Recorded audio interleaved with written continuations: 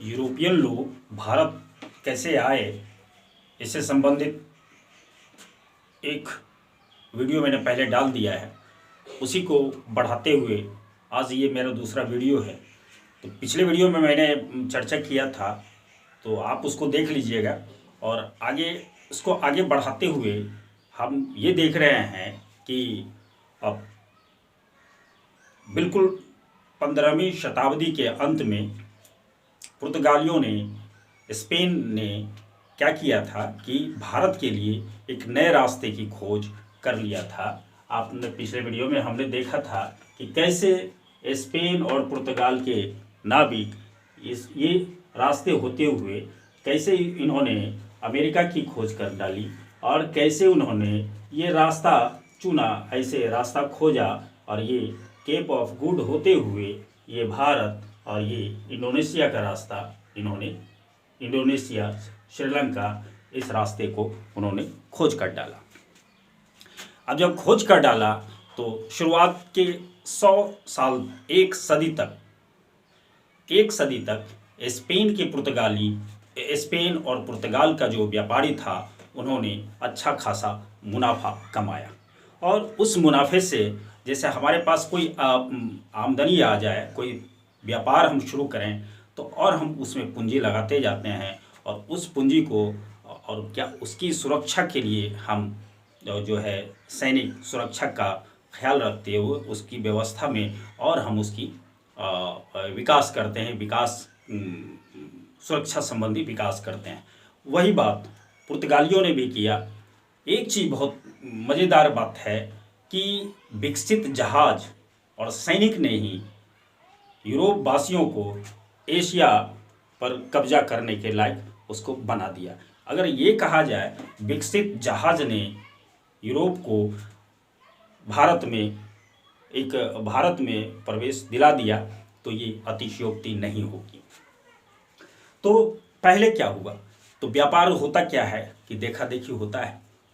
अरे फलना आदमी ऐसे किया, फलना आदमी तो उसके पीछे और भी लोग देख लिया फ़ायदा ज़्यादा है तो और भी लोग उस क्षेत्र की ओर बढ़ते हैं। सेम चीज़ यूरोप में भी हुआ, यूरोप के व्यापारियों के साथ भी वही हुआ कि स्पेन और पुर्तगाल ने, ये दोनों ने इसकी अगुवाई की और एशिया ये इंडोनेशिया मसाले के व्यापार के लिए, और भारत जो था वो सदियों से एक व्यापार का एक महत्वपूर्ण केंद्र था। उसी की खोज के लिए उन्होंने ये नया रास्ता, भारत को ही खोज के लिए उन्होंने एक नया रास्ता चुन लिया।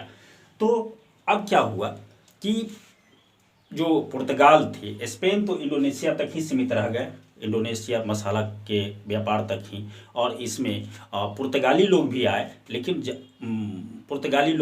यहाँ पर, लेकिन ज़्यादा फोकस जो है इसके पुर्तगाली लोगों का ये तटवर्ती इलाके पर ही रहा। तटवर्ती इलाके पे क्यों?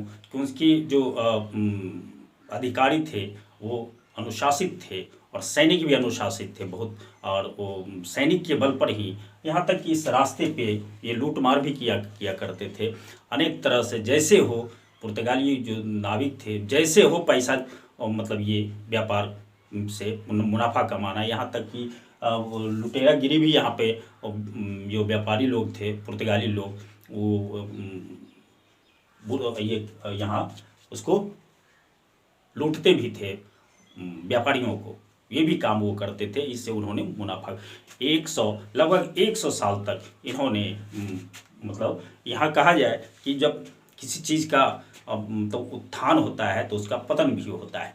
तो एक सदी मतलब आधा 50 वर्ष के बाद स्वतः जब एक सदी किसी की हमारी उम्र हो जाए तो एक फिर 50 साल के बाद उसकी अवसान होना जो है शुरू हो जाता है। तो वही हुआ पुर्तगालियों का धीरे धीरे अवसान। अब इसको देखा देखी क्या हो गया कि देखा देखी लोग अन्य यूरोपीय शक्ति, जैसे अब अंग्रेज हुआ, इंग्लैंड वाले हुए और हॉलैंड वाले हुए, फ्रांस वाले हुए, इन लोगों ने उसकी देखा देखी करने लगे और इन लोगों ने भी व्यापार के लिए अपना प्रयास जारी रखा। और एक चीज़ मज़ेदार बात यह है कि ये जो शक्तिशाली हुए व्यापार से, तो ये व्यापार से यहाँ से ये यूरोप लोग, स्पेन और यूरोप के लोग यहाँ से आते थे, यहाँ अफ्रीका अफ्रीका में यहाँ ये सोना और हाथी दांत का शुरुआत में व्यापार किया करते थे, और फिर बाद में यहाँ से दास का व्यापार किया जाने लगा। यहाँ से ये दास लेकर के, अफ्रीका से ये दास लेकर के यहाँ बागान और खादान की जो उत्पाद था वहाँ से ये अदला बदली कर लेते थे और दास को यहाँ बेच भी देते थे। यहाँ इंडोनेशिया, ये वेस्ट इंडीज हुआ और ये अमेरिका। इसलिए कहा जाता है कि दास व्यापार ही ने अमेरिका को और समृद्ध बना दिया और यूरोप वासियों को, यूरोप के व्यापारियों को भी समृद्ध बना दिया। और चलते हैं हम भारत, चलते हैं तो भारत में उसके प्रभाव को, पुर्तगालियों के प्रभाव को लगभग 1 सदी तक इसका प्रभाव रहा इस व्यापार, एशियाई व्यापार पर, भारत के साथ व्यापार पर। हम भारत के संदर्भ में ही इसकी चर्चा करेंगे।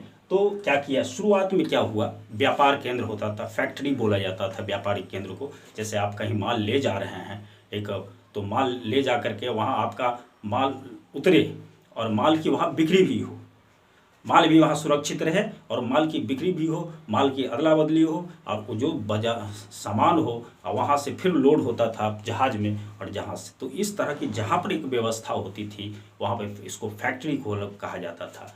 तो व्यापारी पुर्तगालियों ने, आप देखेंगे कि ये कोचीन जो था, कोचीन और कोचीन हुआ, उसके बाद हुआ गोवा हुआ और दमन द्वीप, गोवा और दमन द्वीप, इन तीन चार जगह पे उन्होंने क्या किया था, अपना फैक्ट्री स्थापित किया था, व्यापारिक केंद्र स्थापित किया था। उसके बाद इंडोनेशिया में भी कुछ जगहों पर इन्होंने स्थापित किया था।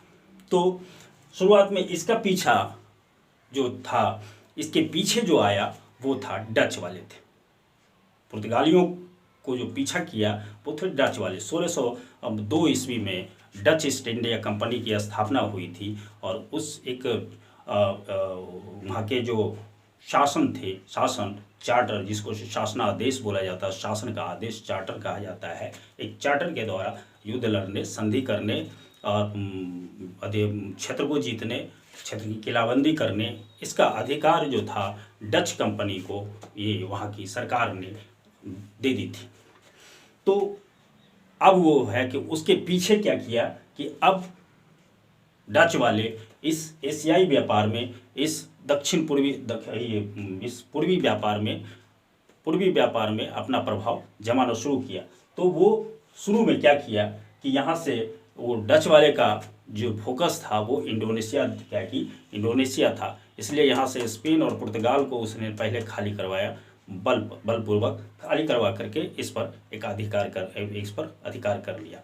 फिर क्या हुआ कि चूंकि समुद्र, क्या मैंने कहा था कि जहाज ने ही भारत को, विकसित जहाज ने ही भारत को फतह कर लिया, इस बारे में हमने चर्चा किया। तो क्या किया, तटवर्ती इलाके, उस समय मुगल का शासन था और दक्षिण का राज्य था वो चूँकि मुगल शासन से बाहर था, इसलिए वहाँ क्षेत्रीय शक्तियाँ वहाँ थोड़ी थी। तो स्वाभाविक है क्षेत्रीय शक्तियाँ कि उसके पास ना पूंजी होगा ना सैनिक शक्ति, उसकी सैनिक शक्ति भी कमज़ोर थी। इसका फ़ायदा ये यूरोपीय शक्ति लोग वहाँ उठाए। यहाँ तक कि पुर्तगाली लोग भी पुर्तगाली की देखा देखी और भी शक्ति करने लगे।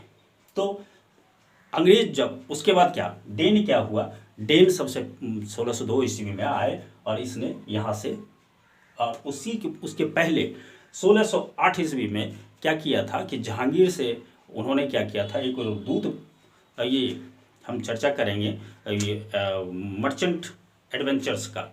1599 ईस्वी में अंग्रेज़ों ने मर्चेंट एडवेंचर्स नाम से एक कंपनी बनाई थी, जो 31 दिसंबर 1600 ईस्वी को वो एक कंपनी, ये रॉयल चार्टर जो होता है, महारानी एलिजाबेथ ने चार्टर दे दिया पूर्वी व्यापार पर उसका एकाधिकार करने के। एकाधिकार में अन्य व्यापारियों, बहुत सारे व्यापारी तो होते हैं लेकिन कोई खास व्यापारी को दे दिया जाता है कि आपको वो अधिकार दिया गया कि उस क्षेत्र में आप व्यापार कीजिए। तो उसको इसी तरह से जो ईस्ट इंडिया कंपनी, जिसको कि वही मर्चेंट एडवेंचर्स था, जिसको कि ईस्ट इंडिया कंपनी कहा जाता था, तो महारानी एलिजाबेथ ने उसको एक शासनादेश के द्वारा, एक चार्टर के द्वारा इधर व्यापार करने का एक अधिकार दिया गया था। उसके बाद क्या हुआ कि इसने अंदर घुसने का प्रयास किया।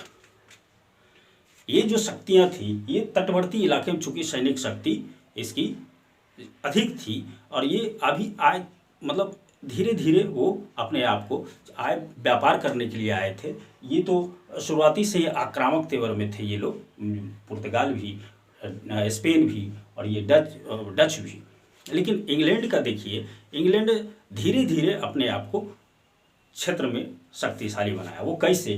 तो सबसे पहले जो था, ये देखेंगे कि क्या किया, ये जो डच था, डच इधर भी पुर्तगाली को दबाने में सफल हुए, वो भी मजबूत स्थिति में थे। वो क्या किया कि यहाँ पर सूरत कैम्बे और ये जो था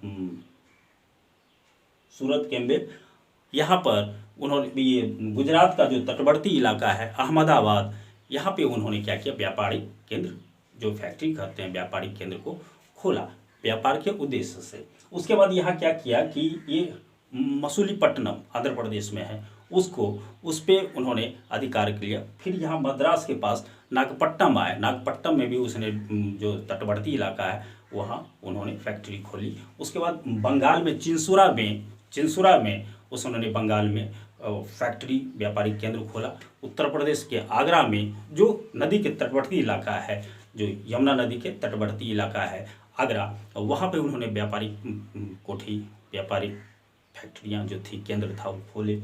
उसके बाद इस तरह से धीरे धीरे ये, मतलब पुर्तगाल के बाद जो शक्ति थी वो डेन थी, डच ही थी। तो क्या हुआ कि ये जो अंग्रेज आए, भारत आए व्यापार करने के लिए, तो उन्होंने क्या किया, पहला फैक्ट्री उन्होंने 1608 ईस्वी में, मतलब जहांगीर के काल में, और जो ये था टॉमस रो था, टॉमस रो को उन्होंने ये जो है हॉकिंस को उन्होंने, मतलब 1608 ईस्वी में उसने भेजा था जहांगीर के दरबार में, और उसने ये आज्ञा ले ली कि जो तटवर्ती इलाका है सूरत में फैक्ट्री खोलने का, और भी इसके तटवर्ती इलाके में कुछ और जगह है फैक्ट्री खोलने का, उन्होंने आदेश ले लिया।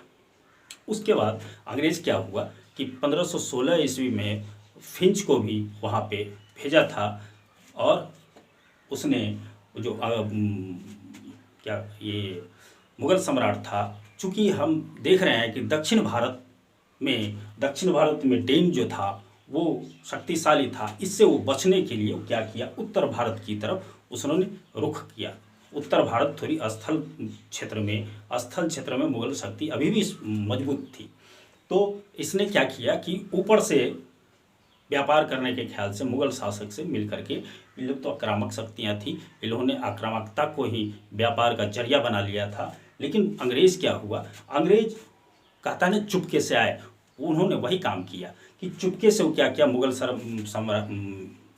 शासक से परमिशन लेकर के इस तरह से उन्होंने व्यापार को मतलब व्यापार करने का इजाज़त हर जगह से उन्होंने ले लिया, और इस तरह से व्यापार करते करते वो शक्तिशाली हो गए। तो क्या हुआ, उधर उत्तर भारत में तो व्यापारिक केंद्र बहुत सारा था, अंग्रेज ने यहाँ अपना पैठ बना लिया था, पूरे भारत में जगह जगह फैक्ट्रियाँ खोल करके अंग्रेज मुग़ल शासक से मिल करके। अब क्या हुआ, एक शक्ति डेन थी, डेन आक्रामक थी। अब क्या कि दोनों में युद्ध अब शुरू हो जाता है, अंग्रेज में, और ये डेन जो था, इसमें डच में, वो व्यापार के लिए, मतलब एक दूसरे के क्षेत्र को, मतलब एकाधिकार करने के लिए, हटाने के लिए, व्यापारिक प्रतिद्वंद्विता को हटाने के लिए दोनों युद्ध हो गया। और 1667 में दोनों में बातचीत हुई और संधि हुई कि आप रहिए भारत में रहिए, हमको इंडोनेशिया में छोड़ दीजिए। तो इस तरह से ये दोनों अपने अपने क्षेत्र में, इन्होंने भी क्या किया, अपने क्षेत्र तक सीमित रहा। और बाद में देखेंगे कि अंग्रेज़ ने इसको भी समाप्त कर दिया। बाद में फ्रांसीसी लोग आए, उन्होंने जमने का प्रयास किया, उसको भी उन्होंने किस तरह से उन्होंने उसको हटाया, और ख़ुद उस पर पूरे व्यापार के दृष्टिकोण से ही, उसका उद्देश्य ही व्यापार, राजनीतिक शक्ति जो स्थापित करने का उद्देश्य उसका एकमात्र ही था व्यापार के लिए अंग्रेज ने अपनी राजनीतिक सत्ता को स्थापित किया, उसको नेक्स्ट वीडियो में हम लोग कंप्लीटली हम लोग चलेंगे कि किस प्रकार से अंग्रेज़ों ने वहाँ अपनी सत्ता को स्थापित की। और आज के वीडियो में बस इतना ही, नेक्स्ट वीडियो में हम लोग फिर मिलेंगे। Thank you.